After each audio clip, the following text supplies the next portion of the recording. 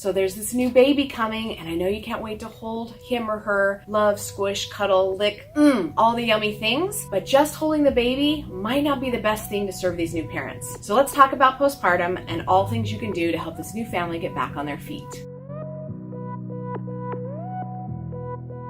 So if it's been a while since you've supported a family postpartum, or you've never supported a family postpartum, what do you do when they come home with a baby? I think what we see on TV a lot is we just hold the baby and then they sleep and then they feed the baby and then we just hold the baby. But there's way more that you can do for this family to get them into a rhythm and a routine, and also encourage the bonding and the stuff they need to make new patterns with this new baby. So one thing to know is there are no feeding schedules anymore like with Dr. Spock. It's just not there. Occasionally with twins and triplets we have to do feeding schedules, but with newborns it's kind of fed on demand, is best for the baby. So baby should be at the breast a lot, way more than us, the outsiders, holding this baby. And sometimes those new gadgets and gizmos of how to get the baby to sleep and where to put them to sleep and stuff like that aren't the best either, and we have science that backs that up. If the baby is right here on mom or partner, that baby is hearing that heartbeat, which was familiar when they were in the womb. They heard that whoosh, whoosh, sound all the time, constantly around them, and it makes them feel safe when they're on the outside, kind of getting back into the inside and feeling safe and warm and welcome. Keeping that new baby right here on mom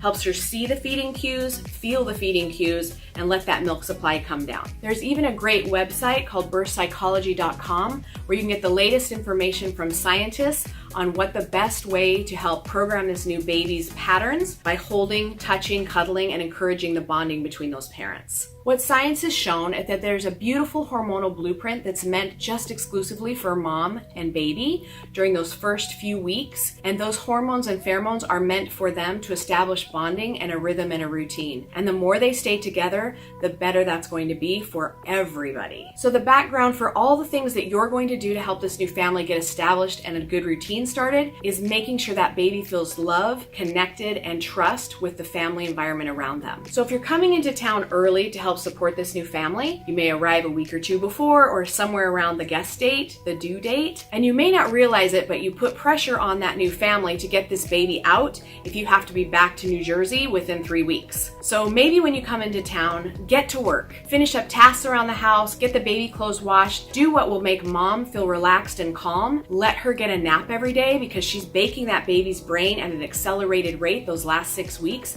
and she needs way more rest than she did normally. You can also consider staying in a hotel or an Airbnb so that the family has some privacy and some downtime away from entertaining. You've heard of a watch pot never boils? That's the same as a mom baking that last bit of her baby. If she feels like she's observed and everybody's waiting on her, it just takes longer. Even if you've come into town early to help with this new family and the baby and all the things, you may not have been invited to the labor and you're kind of offended by that. You may not have been invited to the labor not because you smell or because they don't want you there, but because they're trying to protect that birth and labor environment. The hormonal cocktail that's going on between mom and baby and partner is exclusively for mom, baby, and partner. And having what protects that space between those three is what's going to help better bond that baby, especially if something didn't go exactly the way it was supposed to at birth and they really need that time. So wait until you're asked to come in, or possibly just wait and meet them at home. That baby is going to be exactly the same and it's going to smell just as delicious if you wait a few days. So how do we mother this mother? First off, she needs rest.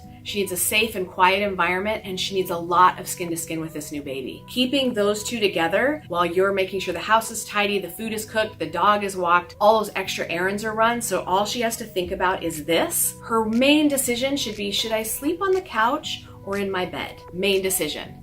And if she does need a shower, perfect time for you to hold that baby. Smell that baby, lick that baby, hold that baby, take tons of pictures of that baby, with permission, of course. But giving mom, baby, and partner that downtime to just rest and recover without having to think about all the extra stuff is really going to accelerate that healing that they all need. The best way to help her recover physically is nutritious, solid food, not fast food if you can avoid that. The best kind of foods for mom to help her recover and rebuild that blood supply: slow cooked meats, lots of vegetables, vegetables slow cooked so that nutrient stays inside. What she's basically doing is using that new iron-rich blood to build a really solid milk supply, and that nutrition that built the baby is now going back into her milk supply to build a baby. Allowing mom to rest and not host is one of the key elements to keeping her down with that baby on for bonding and also recovery for her whole pelvic floor. When I hear that a mom is vacuuming around her in-laws because they're holding the baby and they can't wait to take that baby to the zoo or to the park or to Babies R Us, I get sick to my stomach.